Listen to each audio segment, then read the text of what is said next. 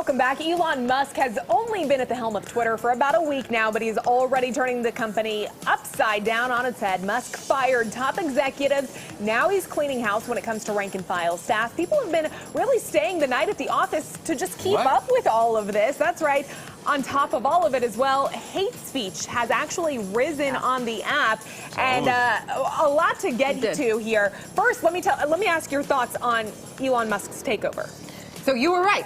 You called it. Hate speech skyrocketed. Skyrocketed. I mean, I knew this was going to happen. They called it all the way up to the time when he announced that he wanted to buy it. That was the first thing I heard the news say, is like, hate speech is back and Trump will come back and everybody else will come back. And it happened. So, you know, there you have it. Now, somebody gave me an interesting take. He's an innovative guy. He likes to shake things up. Thinks outside the box. Thinks outside of the box. So in that regard, he may be good for Twitter, but he also has this other obligation and responsibility to watch what's going out through the platform. Yeah, and we know how important that platform is when it comes to election integrity, when it comes to the day and age we live in with the political climate and the words that people are saying on social media, Katie. Truth matters, right? So he's got to be a guard of that and make sure what is on the platform is truthful, and if it's not, making sure that it gets marked. You know, we've seen it happen here with that Halloween sign down on the wharf. As soon as it went up there saying no masks,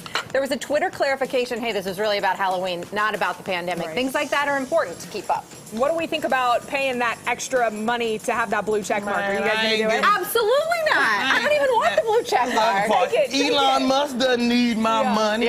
No, y'all don't need my money. At one point, several years ago, I mean, entire newsrooms would send all of their news personalities information to Twitter so they could have that verified check mark. And now it's like, you know, it loses its credibility. What's the point of having it? I mean, if you're paying to have that, that goes into the whole aspect of it. He might be just trying to shake things up a little bit there, which he actually is shaking things up, with all of the layoffs. Exactly what he did. Yeah. I don't have my check. I have tons of followers, but I'm like, forget your check. I don't need the check.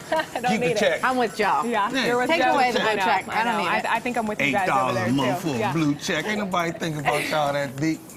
What do we also think about the fact that, you know, when he bought the company, they bought it for, I don't even remember off the top of it, 44 billion, you said? Yeah. And then the money that they have lost and the money that they're dealing with now to kind of recuperate.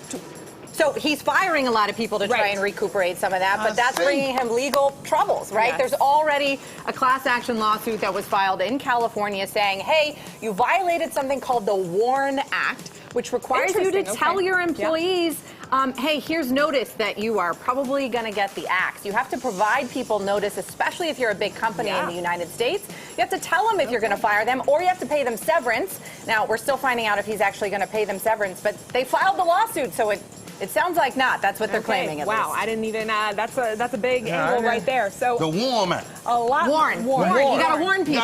You got to warn people. I'm calling it the WARN Act. It wasn't warm in here. All right, we got to go, but we got a lot more to get to, though. Stay with us at DMV Zone. Back after. It wasn't warm, and I'm fine.